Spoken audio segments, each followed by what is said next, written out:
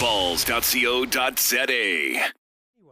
Anyone watching or listening to Soccer Balls will know by now that last night, in the wee hours of South African time, about 1 o'clock in the morning, that Bennett S.O. Okoto, placed for Spurs on loan at QPR, turned around and whacked his mate Benjamin in the Cameroon game.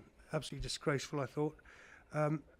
Immediately, the questions were asked. What do you do in this instance? Do you send them off? Now, I seem to remember an incident where a player was sent off for hitting his own player. We want to talk to Ace Ncobo, a great South African referee and SAFA member in the past, about refereeing generally at the World Cup with their paint sprays and all that. But my first question for you, Ace, is would you send off a player for hitting his own teammate? Can you send him off? Would you send him off? So the correct decision to send him off?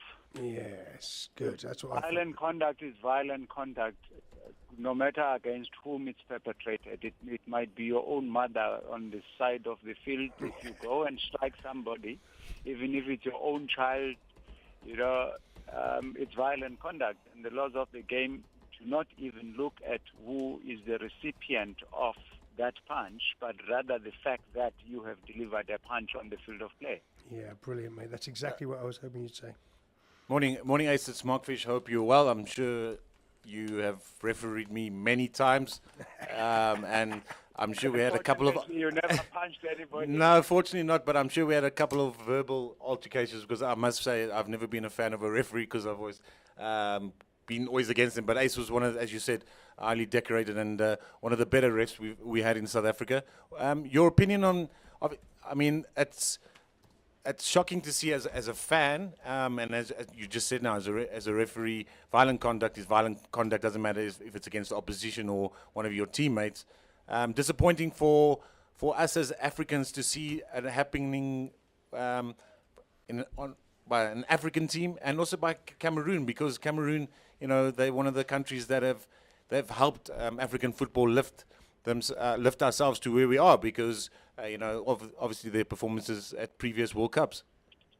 You're quite correct, Mark. It's quite disappointing, because we have so few teams that are representing Africa at the World Cup. Just 5 teams against numerous teams from continents like Europe. And you tend to be judged by the performance of those few teams. But more importantly, whatever individual players do or do not do, they tend to be taken as representing Africa. So when we have a Cameroon, which is carrying the hopes of the entire continent on its shoulders, plays so badly, and then on the back of that, you have a player who conducts himself in that fashion. We play into the hands of all these racists who will always refer to Africans as barbaric and primitive. It was really disappointing, not only from a referee's point of view, but from just an African point of view. Yeah, no, that's the thing that you don't want. You don't want people kind of categorising African football as being a certain way just because of what a bloke that plays most of his football in England does to his teammate. I don't think that would be right at all. But Ace, I was wondering how you felt about. Have you seen these little spray cans that they've got to do the 10-yard marking, the 10-metre mark? It's kind of like a foam that you spray to make the mark and show where this ball. Would you have liked to have had that when you were refereeing? Would that have helped you? Absolute rubbish. Whoever approved that must have his head examined. I mean, it takes out the beauty of the beautiful game. It takes out beauty from beautiful in the beautiful game. I mean, I don't know how to express myself. You're confusing refs. It's obviously an emotional question for you, but I mean, I've seen it once or twice, and you can probably understand the logic but I agree with you. It takes out the beauty of the game, because there's nothing better than when you are standing there and you're marching out the 10 steps, whatever, that the wall must move back. And as soon as you turn your back, we take 2 paces forward. So it certainly is taking out the beauty of the game. And you know, Mark, players will always try and do that, and it tests your strength as a referee. You know, controlling the wall is one of the most important aspects that the referees are judged on, because if you're able to pace it out and ensure that the player sticks to that 9.15 meter distance, then you have good man management skills. Should they shuffle forward and you still allow the kick to be taken, then there's something wrong with you. And they can very well do it with or without the foam. You know, I have my own comment about goal line technology as well, but the question is about the foam. No, Move on. One another goal line technology, because we saw, I don't know if you watched was it the France against, who did France play in the opening game? They used the goal line technology, but the ball had hit the post and they said Honduras, and they said no goal. And then the next minute, the ball hit the goalkeeper and went over the line and said goal. So it was quite confusing, not only for the coaches of both teams, but also for everyone in the stadium. Well, the goal line technology itself is a perfect piece of technology in the sense that the referee has a watch-like device on his wrist, that does three things. It beeps, it vibrates, and it writes goal on the screen when the ball has crossed the line. The whole circumference of the ball has crossed the line. So obviously when the ball struck the upright, none of those things would have happened on the device. But when it crossed the line, then all those three things happened. It's just that the commentators on the match were not really able to capture the application of the technology. However, that's not my gripe. It's a beautiful piece of technology. My gripe is that we are now converting football into a game for the rich and a game for the poor. Because my own personal contention is that do not do anything or bring in any technology into the game. That's not going to be applicable in my village of Ngad, where I am right now. Exactly. With boys playing in a football field they share with grazing cows.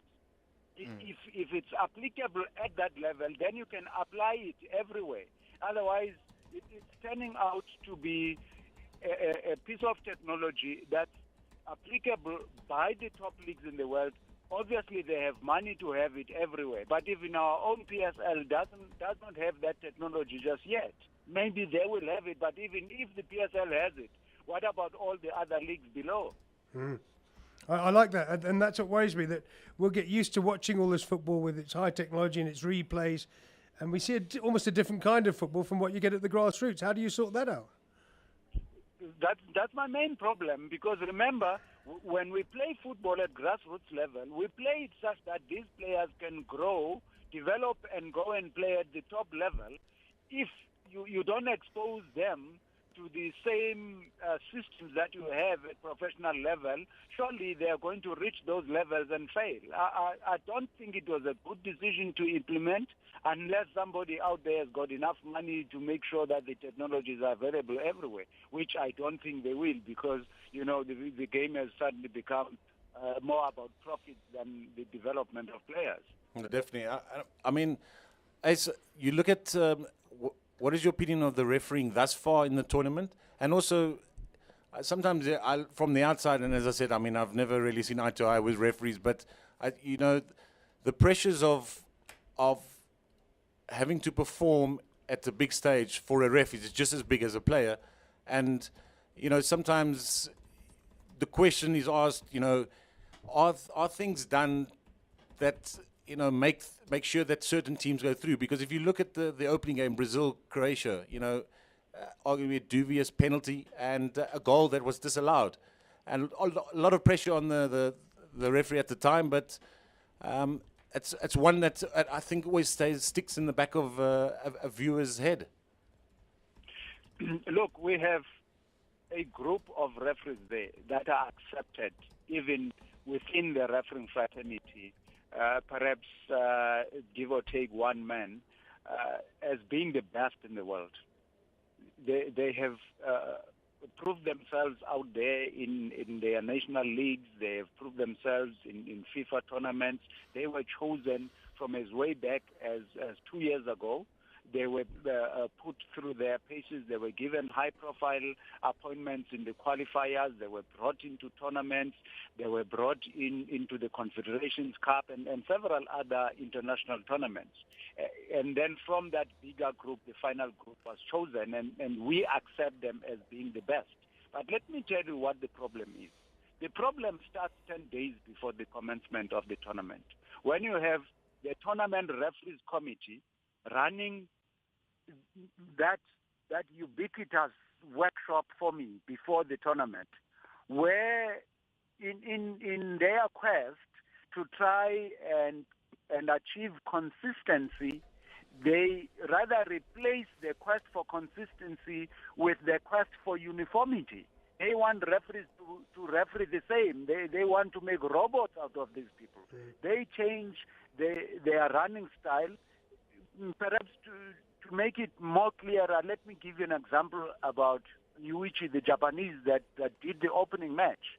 Yes. He gave that penalty call convinced from a personal point of view that it was a correct decision, whereas it was not. Yeah. And the only reason why he got it wrong was where he was positioned. And immediately after that match, I went through 6 of his matches previously, and I saw his running style.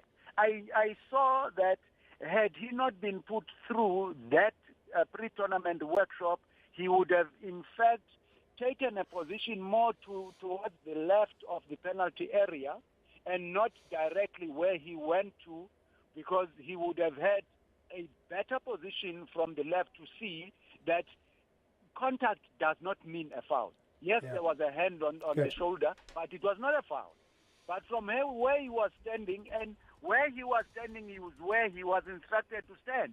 That they are instructed, because there's an additional assistant referee on the other side, rather go to the right-hand side of the penalty area. Now, you are forcing this referee, who has so many matches under the belt, in less than 10 days before the tournament starts, to adopt completely new style of refereeing. What do you expect? That's the kind of performance you are going to get, and I think FIFA is getting what it deserves, because it's trying to convert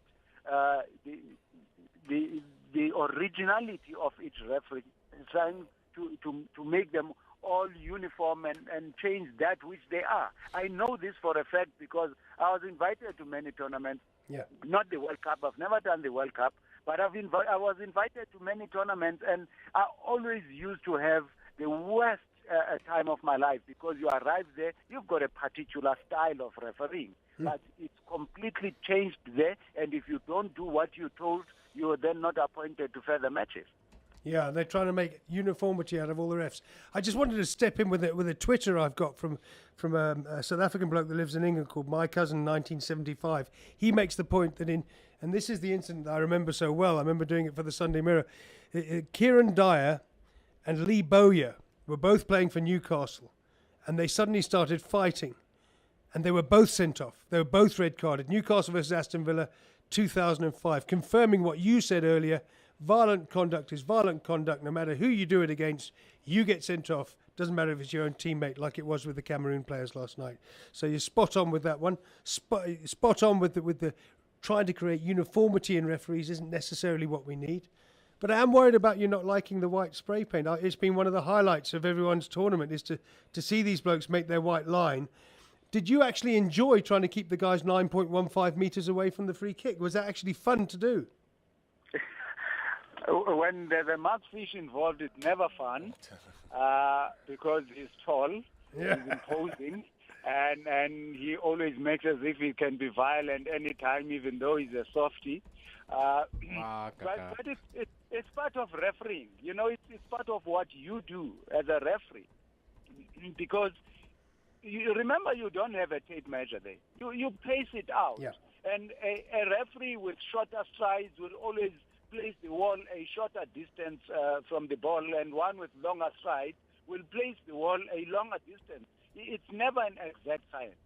So as long as there's adequate space which is generally accepted to be 9.15 meters between the ball and the wall, and you manage to keep the players there until the ball starts to move, then you've done your job.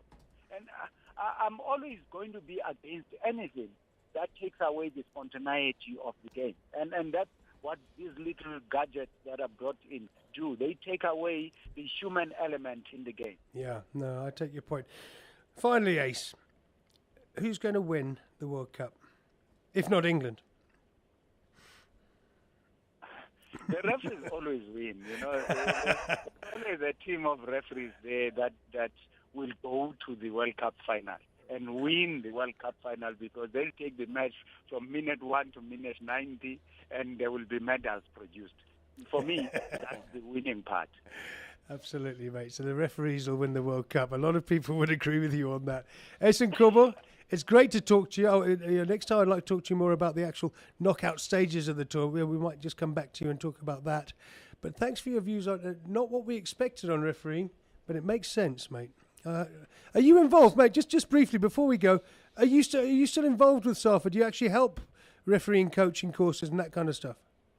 Not from within the formal structures. There's a number of referees that I mentor. You know, I was very happy at the PSL Awards. All 3 referees, you know, that were nominated came from the Eastern Cape. Cool. Which is your part of the world, isn't it? I seem to remember, yeah. Let me leave it there. Brilliant. All right, Thanks, Ace, it's great to talk to you. Thanks, Ace. Balls.co.za